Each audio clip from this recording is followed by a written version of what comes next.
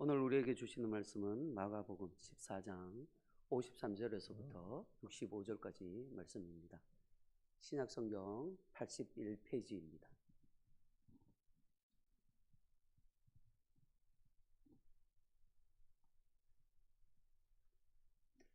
마가복음 14장 53절에서부터 65절까지 말씀 한 절씩 교독합니다.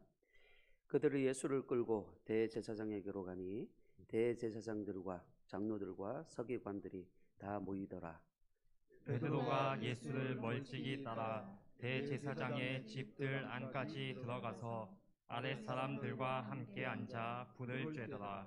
대제사장들과 온 공회가 예수를 죽이려고 그를 칠 증거를 찾되 얻지 못하니 이는 예수를 쳐서 거짓 증언하는 자가 많으나 그 증언이 서로 일치하지 못함이라.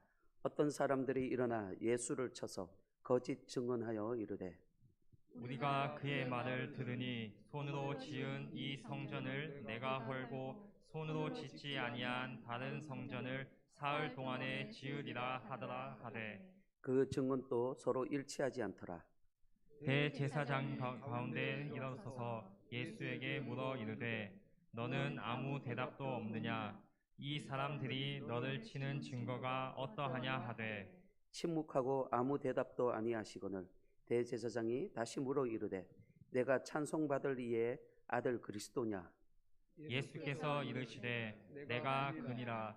인자가 권능자의 우편에 앉은 것과 하늘 구름을 타고 오는 것을 너희가 보리라 하시니 대제사장이 자기 옷을 찢으며 이르되 우리가 어찌 더 증인을 요구하리요? 그 신성 모독하는 말을 너희가 들었도다. 너희는 어떻게 생각하느냐 하니 그들이 다 예수를 사형에 해당한 자로 정죄하고 함께 봅니다. 어떤 사람은 그에게 침을 뱉으며 그의 얼굴을 가리고 주먹으로 치며 이르되 선지자 노릇을 하라 하고 하인들은 손바닥으로 치더라. 아멘. 이 시간 담임 목사님 나오셔서 조롱과 멸시의 창조주라는 제목으로 말씀 선포할 때 많은 은혜 받으시길 바랍니다.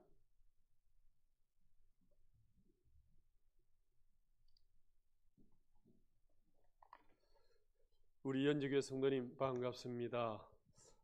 지금까지 벚꽃, 개나리꽃이 활짝 폈다가 지금 지고 있는데 그 좋은 꽃을 화려하게 사진 찍고 환영하고 축하하고 좋은 시간을 가졌는데 채 보러만 가서 다 죽어버려요. 이런 꽃들을 통해서도 우리에게 종말, 죽음을 얘기하는 것 같습니다. 그러나 우리는 하나님 안에서 보름만에 죽는 존재가 아니라 다시 생명으로 부활하는 하나님의 귀한 소중한 자녀입니다. 곧 꽃보다 귀한 것이 저와 여러분입니다. 하나님의 이 사랑이, 생명이 넘쳐나는 가정 다 되시기를 주의 이름으로 축복합니다. 세기 말이 되면 왕조의 끝이 오게 되어지게 되면 정치가 타락하고요, 교육계가 타락하고 마지막으로 타락하는 것이 종교계입니다. 이 이스라엘도 마찬가지예요. 마지막 세기 말이 되니까 종교계가 썩기 시작을 합니다. 이 이스라엘은 왕이 없기 때문에 하나님이 대제사장을 왕처럼 세워가지고 산에 들인 공회를 통해서 다스리고 통치하고 그렇게 이스라엘을 관리하셨습니다. 그런데 오늘 본문에 보시게 되면 대제사장들이라고 나옵니다. 제사장은 아론의 후손 한 명이 죽을 때까지 사역하는 종신형입니다. 그러면 대제사장은 한 명만 존재해야 되는 거예요. 그런데 대제사장들이 많이 생긴 거예요. 왜요? 이 헤롯 왕이나 로마 정치에 붙어가지고 서로 내가 대제사장 되겠다, 대제사장 세워달라 그래가지고 교체하고 세우고 교체하고 세우고 인간적인 방법으로 그렇게 막 세우는 거예요. 그래가지고 권력을, 인사권을 쥐고 재력을 막 부리는 이런 사람들이 되어집니다. 예수님 탄생 이후에 30년간 6명이 교체될 정도로 이 원로 대제사장들이 늘어나는 거예요. 그래서 이 원로 대제사장들이 모여가지고 그룹을 형성해서 이 나라를 다스리고 지배하고 막 흔들어버리는 이런 변질되어 버린 종교계를 봅니다. 이런 종교계에 이 심판을 예수님이 받는 것으로 지금 들어오고 있다는 것입니다. 예수님이 마지막 3주간의 마지막 삶을 살아가는데 그 한 주간의 마지막 목요일 밤에 체포가 되어져요. 그리고 이 대제사장들의 재판에 들어갑니다. 밤에 야간에 재판을 하는데 그 이유는 사형 판결을 단숨에 내리려는 불법적인 날치기 방안이라는 거죠. 빨리 죽여보려고.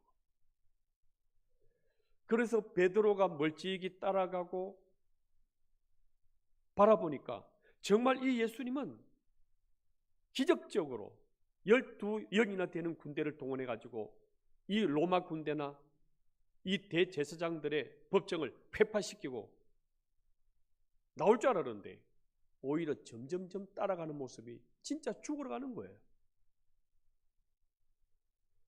그래서 이 예수님이 그 대제사장들의 그 심판대 앞에 서서 대제사장들이 신문을 합니다. 많은 거짓 증인을 다 세우고 난 뒤에 딱 하는 말이 이것입니다. 네가 성전을 허무는 죄를 범했나? 요한복음 2장 19절에 보시게 되면 너희들이 이 성전을 헐라 내가 3일에 일으키리라. 이 말씀한 것은 건물 성전을 말하는 게 아니라 예수님이 죽으시고 난 뒤에 부활하고 나서 우리에게 주시는 생명 성전, 예수 성전을 말하는 것인데 이들은 이 예배드리는 성전을 네가 허문다, 네가 허물어라 이렇게 말하지 않느냐, 이것을 가지고 시비를 걸고 심판을 하고 있는 것입니다. 이때 예수님께서는 가만히 대답하지 않고 침묵만 지킵니다.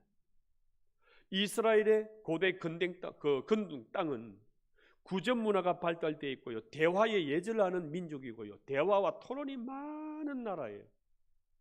그래서 이스라엘 백성들 보게 되면 말이 많아요. 애들도 쫑알쫑알쫑알, 부부지간에도 말이 그렇게 많고 변호사가 그렇게 많은 나라가 이스라엘 땅입니다. 그런데 이 대화 중에 혼자 말하지 않고 가만히 침묵해 보시게 되면 네가 나를 무시해? 이렇게 상대를 무시하고 도전하고 도발하는 게 되는 거예요. 곧 너는 대화 나눌 가치가 없다 하는 수치를 주고 굴욕을 주는 거예요. 이렇게까지 하시면서 예수님이 가만히 계시는 거예요. 왜요? 이 거짓 고소에 변호할 의지가 없는 거예요. 곧 무슨 뜻입니까? 살 마음이 없는 거예요. 이 침묵하는 이유는 죽고자 하는 의지가 너무나 분명한 거예요. 변호해서 살아나고 싶은 그 마음 자체가 없는 것입니다. 이렇게 예수님께서는 죽음의 길을 스스로 가시려고 변호조차 하지 않고 그 침묵의 길을 가셨는데, 이것 또한 하나님이 600년 전에 예언을 하셨던 거예요. 이사야 53장 7절 말씀 보십시오.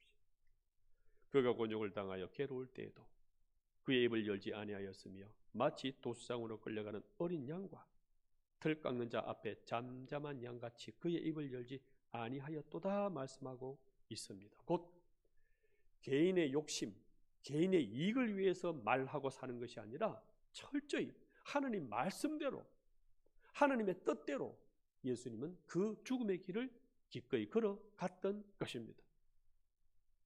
그런데 두 번째 질문이, 전곡을 찌르는 질문이 딱 던져집니다. 61절 중반에 보시게 되면 너가 찬송받을 자 하나님의 아들 맞냐? 이때 예수님은 고민이 심해지는 거예요. 내가 하나님의 아들이다 이렇게 말 아니할 수도 있고 할 수도 없는, 왜? 하게 되어지게 되면 신성 모독 혐의를 가지고 완전히 죽여버릴 수 있는, 사형 언도를 내릴 수 있는 뜻을 열어놓고 기다리고 있는 것입니다. 인간으로서 자신을 거룩한 하나님의 아들이라고 말하게 되어지게 되면 창조주에 대한 신성 모독이 되기 때문에 바로 잡히는 거예요. 이 함정을 놓고 기다리고 있는데 예수님은 어떤 대답을 해야 될까요? 그때 예수님께서는 말씀하십니다. 내가 메시아다. 내가 하나님의 아들이다. 이렇게 말씀하십니다.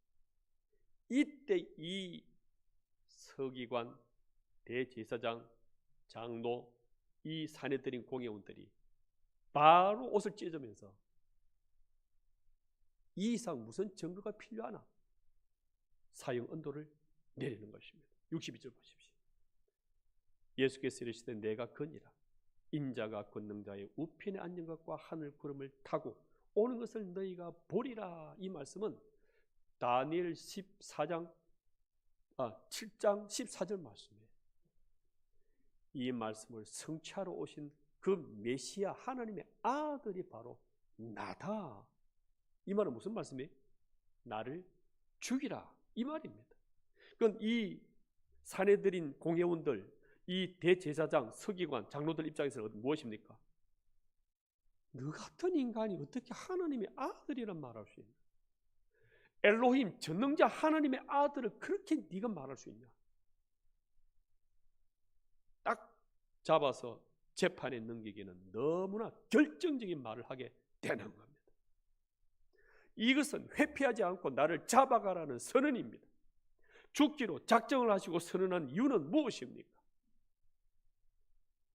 이 죽음의 길을 스스로 들어가신 그 이유는 무엇입니까? 바로 우리 죄인들을 살리기 위해서 예수님이 그 죽음의 길을 자초하고 있는 것입니다. 함정을 알지만 스스로 들어가 죽음의 길을 가고 그 있는 이유는 죄인을 대신해서 죽기 위해서 예수님이 이렇게 그 말씀을 하고 있는 것입니다. 살아날 수 있을 때는 침묵하시고 죽을 수 있는 이 제목 앞에서는 그대로 내가 하나님의 아들, 메시아다 이렇게 하시면서 진리를 선포하시고 그 죽음의 길을 그대로 갔던 것입니다. 곧 개인적인 이익, 개인적인 목숨을 위해서는 기꺼이 침묵하셨지만 하나님의 뜻을 이루고 우리의 모든 생명을 살리고 우리에게 구원을 주시기 위해서 그 죽음의 길을 가는 그 길 앞에서는 기꺼이 내가 맞다. 이렇게 예수님께서는 죽음의 길을 가셨던 것입니다. 이것이 하나님의 뜻을 이루는 것이고 예언대로 말씀대로 살아가는 성도의 바른 모습을 우리에게 제시하고 있는 것입니다. 여러분 언제 말을 하십니까? 언제 변호를 하십니까? 언제 주장을 하십니까? 내 개인 유익이나 이익이나 내 목숨을 위해서 하는 것이 아니라 하나님께서 원하시는 그 뜻을 이루는 것이고 다른 사람을 살리고 세워나가는 이러한 하나님의 뜻을 이루는 이런 일들에 너의 입을 열고 네 주장을 하라. 이런 말씀을 주고 있는 것입니다.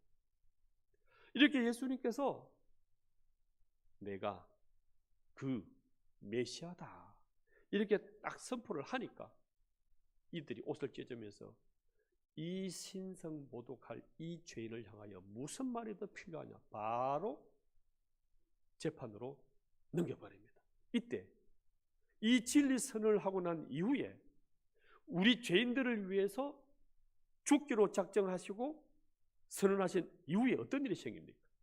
바로 이런 일들이 터집니다. 65절 한번 보십시오. 같이 읽어볼까요? 시작. 어떤 사람은 그에게 침을 뱉으며 그의 얼굴을 가리고 주먹으로 치며 이르되 선지자 노릇을 하라 하고 타인들은 손바닥으로 치더라. 침을 뱉고요. 그 얼굴을 딱 가리고 주먹으로 탁 쳐요. 그리고 말합니다. 누가 때렸게? 네 선지자라 잘 알잖아. 선지자가 누가 때리는지도 몰라? 희롱하는 거예요. 그리고 손바닥으로 치는데 하인들이 치는 거예요.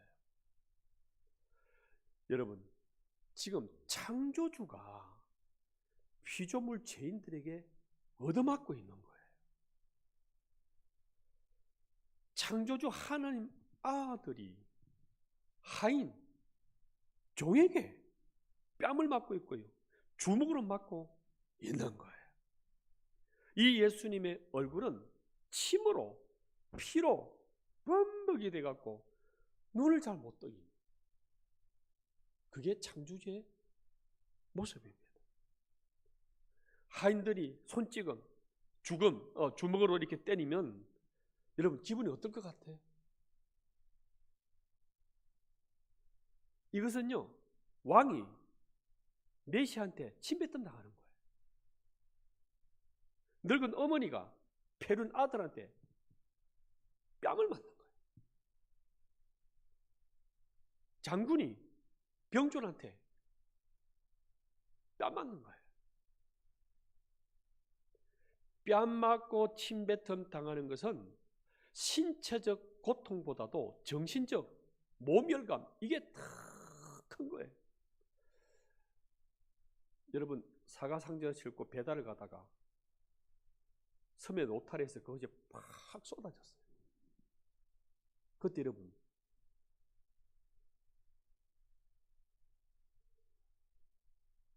굴러다니는 사과 그게 악발까요? 쓰러져 있는 이 자신이 부끄러울까요? 얼굴이 못 뜹니다.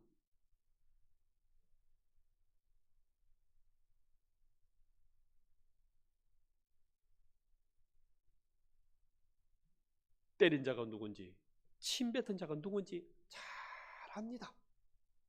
그런데도 침묵으로 그대로 당합니다. 누가 때리든 누가 침뱉든 예수님은 그대로 참으십니다.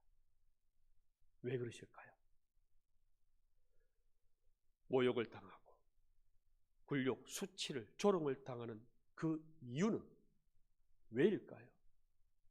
그거는 우리 죄인들이 당할 그 죄의 부끄러움을 대신 당해주고 있는 것입니다. 예수 믿는다고 희롱하는 그 일을 먼저 예수님이 당해주고 있는 거예요.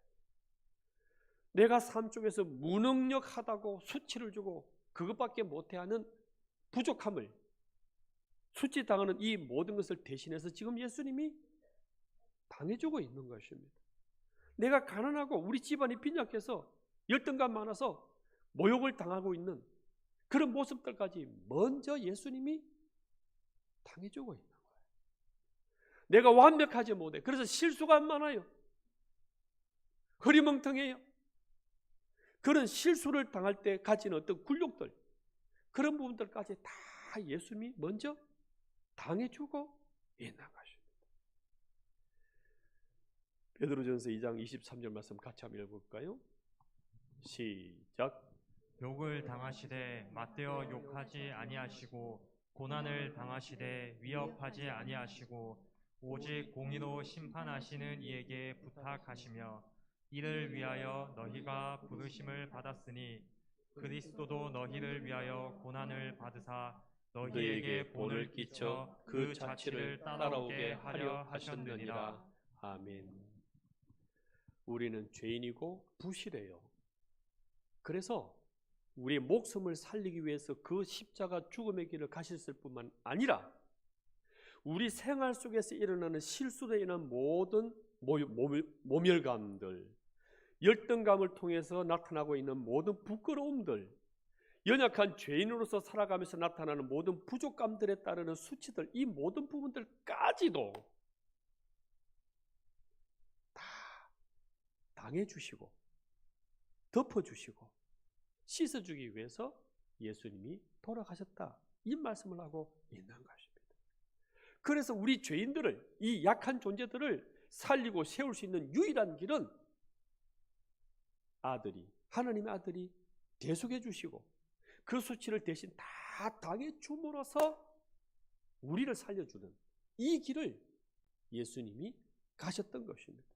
그리고 이제 너희들이 그 길을 가주지 않겠니 하고 우리에게 요청하고 있는 것입니다. 어떤 목사님이 신문기사를 보고 이걸 간증으로 하신 이야기입니다. 중고 컴퓨터를 파는 어떤 기사분이 있었어요. 이분이 한 가정에 중고 컴퓨터를 22만 원 팔아서 그 집에 설치를 해주려고 집에 갔었습니다. 가니까 초등학교 6학년 여자아이가 반기면서 자기 것이라고 그렇게 좋아하더라는 거예요. 다세대 주택, 좀 가난한 집에 있는데 엄마는 지방에 돈 벌러 가고 아빠는 없어요.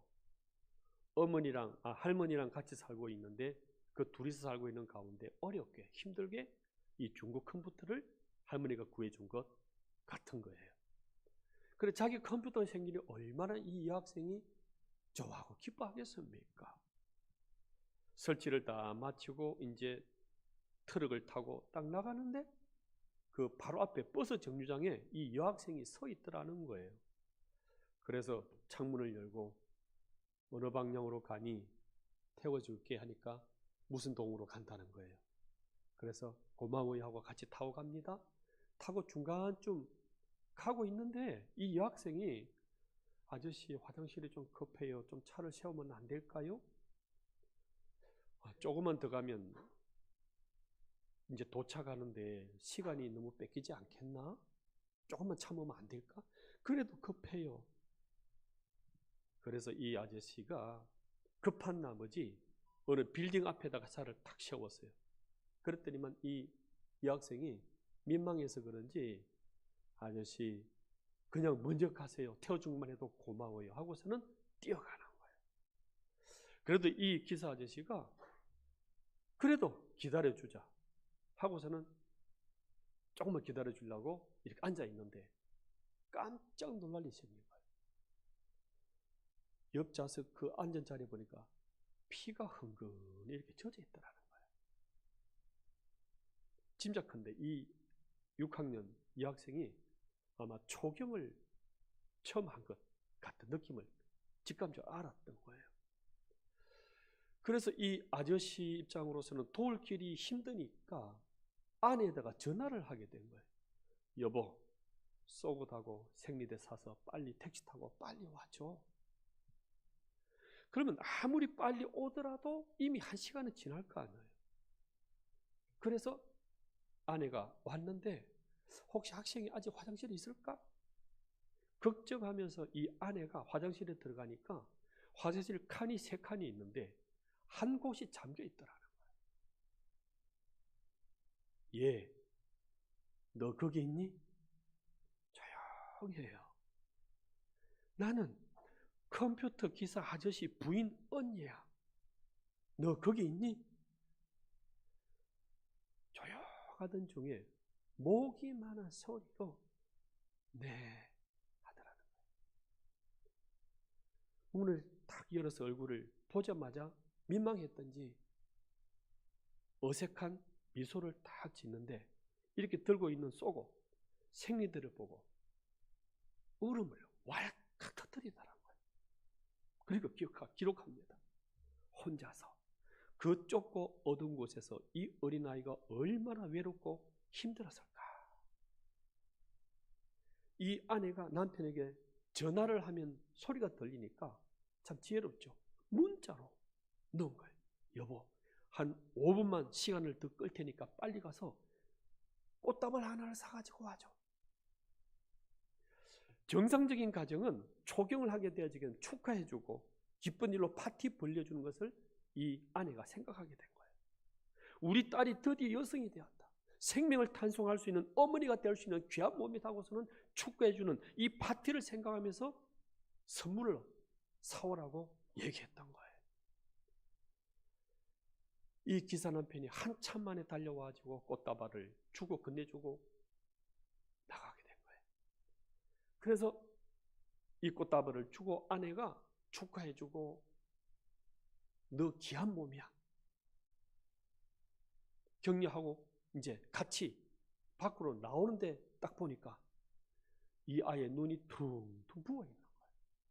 만약에 그냥 이 여학생을 버려두고 그냥 가버렸다면 이 여학생은 평생 수치와 저주의 날이었을 거예요. 도와줄 사람 없이 연락할 핸드폰 하나 없이 갇혀서 발만 동동 구르다가 갈아입을 옷 하나 없이 1시간 지나도록 울고만 있었을 이 애를 상상해 보자는 거예요. 2시간이 지나고 3시간이 지나도 이 숫기 없는 여학생이 그 문 열고 나올 수 있었겠냐는 거예요. 내버려 두었으면 평생 씻겨지지 않을 상처의 날이 되었을 건데 이 기사 부부가 가려주고 입혀주고 축하해 줌으로 말미암아서 생애 감사의 날, 나도 살아갈 수 있다는 기쁨의 날로 거듭나게 된 거예요.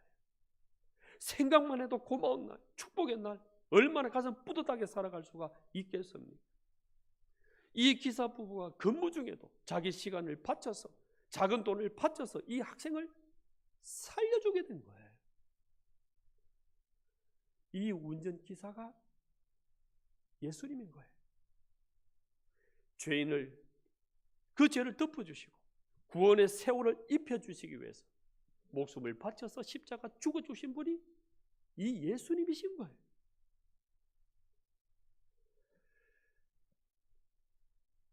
집에 가서 시험 수능 준비하고 있는 아들에게 이렇게 기사 얘기를 하면서 이렇게 얘기했답니다.